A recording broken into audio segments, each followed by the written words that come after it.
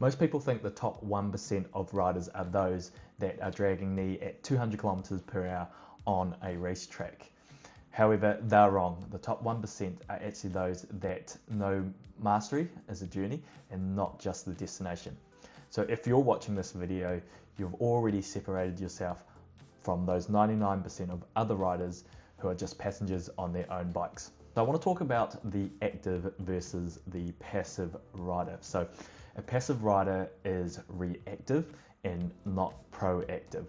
For example, if you are proactive on the bike, you're always mentally staying ahead and being aware of what can happen around you. For example, this could be cars pulling out from intersections. This could be an oil patch up ahead of you on the road. This could be a sharp corner. So you're proactive in staying ahead of what is coming. Now, if you're reactive, that car that may have just pulled out from an intersection, you may have not have seen at all or even anticipated. So therefore, you're now grabbing a whole fistful of front brake, grabbing it too hard, too much front brake, and you go down. So make sure to be proactive and always anticipating what could happen out there while you're riding. And I'd consider you actually an active rider as well, because you are watching this video. So not just in the sense of you out there physically riding the motorcycle, but you're watching this video and looking to improve your own skills. So therefore you're wanting to master the machine and yourself. And this is actually really important in aviation. So for those that don't know me, I am a flight instructor, and we always have to be having or have that aviation mindset, and I apply it to motorcycling as well, and that's always being ahead of the aircraft, mentally ahead. So therefore we also want to be mentally ahead of the motorcycle as well. Next one up I want to talk about is the Plateau Trap. So most riders, about 2 years in, they get to a certain skill level and then they stop learning. Now that's really dangerous, because you can actually never stop learning and you can never actually stop bettering yourself. When you think you know a certain amount, there's actually a lot more to learn. So think of those riders that may potentially have 10 years of experience.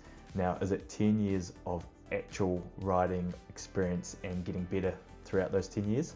Or is it 10 years repeated 1 year at a time? And what I mean by that is, has that rider learnt up to the value of 1 year and just repeated that same year 10 times and not actually got any better throughout those 10 years? You can probably actually think of a few people. Now, the 1% of riders actually understand that good enough is the enemy of excellence. Now, us as pilots, we have mandatory currency checks and flight reviews, and for motorcycling we don't have that. For motorcycling we need to do our own self-imposed currency check. So that means what have you learned so far, and what are you actually continually trying to get better at? Are you going backwards? Likely not when you're motorcycling, and if you're doing it frequently enough, you're not going backwards. However, are you actually still learning, or have you stayed the same, like I was mentioning, for X amount of years or a certain amount of time? Now, have you heard of the Dunning-Krueger effect? I'm going to label this one the Dunning-Krueger of the road. Now, if you don't know, the Dunning-Krueger effect is for people that are potentially or have low skill in a certain topic or subject or whatever, and because they have low skill, they greatly overestimate their ability in that specific field. Now, let me give you an example with aviation. So 32 to 36% of people who have never ever flown a plane. So unfortunately my audio just cut out for a small section here. So what I was saying is that for anyone that hasn't actually flown a plane before, 32 to 36% of people actually say they can land a plane safely in the case of an emergency.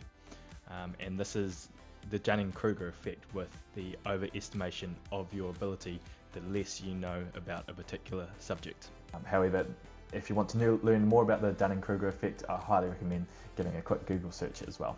Now, a dangerous rider is one that thinks there is nothing left to learn, as I mentioned earlier, and that they already have everything they need to know already in their back pocket.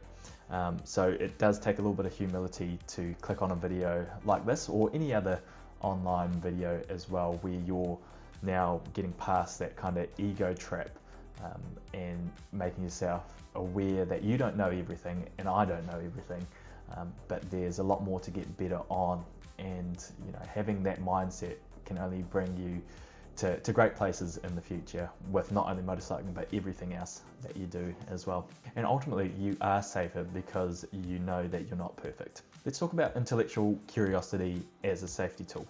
As pilots, we are always trained to ask why. And as a motorcyclist, you should always be asking yourself why as well. Now that's just why in the sense of why you're doing something, but think about the psychology and the physics of riding as well. Why are certain things done the way they are? Why do certain riders do this and why do certain riders do that? It's really important to make your own conclusions about things, so don't just take word for what someone says that has to be done this way and that way. Make your own conclusion about it from the research that you've done. And this ultimately all leads back to that first point of being a proactive rider rather than a reactive rider.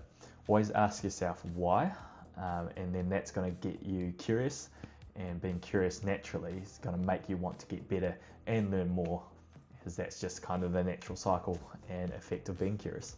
Now, if you're a track day rider or a racer and you can drag knee, and for example 200 kilometers per hour around the corner, then you're already in the top 1%. And why do I say that? Well, you're in the top 1% because you already are forced to constantly get yourself better just naturally being in that environment. You're looking to get better on the track, or you're looking to be, you want to be competitive. So therefore you have to get yourself to that next step, and you're always aiming for those incremental improvements. You just can't not do that if you're racing or learning on the track. You're naturally in that environment already, so you're already in that top 1%. This is for all those that are watching this video, just restating that you are on your way, if not already those 1% of people, because a lot of other people that I can talk about wouldn't even watch this video, so therefore don't even know it exists, or any other instructional video exists, because they just hop on a bike, learn the basics, know what they need to know, and then the Dunning-Krueger effect occurs. So because they don't know a lot, therefore they think they do know most things. Okay guys, that's all I have for today's video and why you are in the top 1% of riders. So we all like to let rip on a motorcycle, we like to have fun, however we just got to make sure we don't impose risk on ourselves and other people. And that's the whole reason we got into motorcycling, is so we can actually enjoy the visceral thrill of it and get ourselves better and improve every ride. So I'd really appreciate it if you could subscribe and just help get this content out to more people, and to bring kind of my aviation side of things and mindset into these videos. So make sure to stick around and be on the lookout for any new releases that I have, and we'll catch you on the next video. Thanks guys.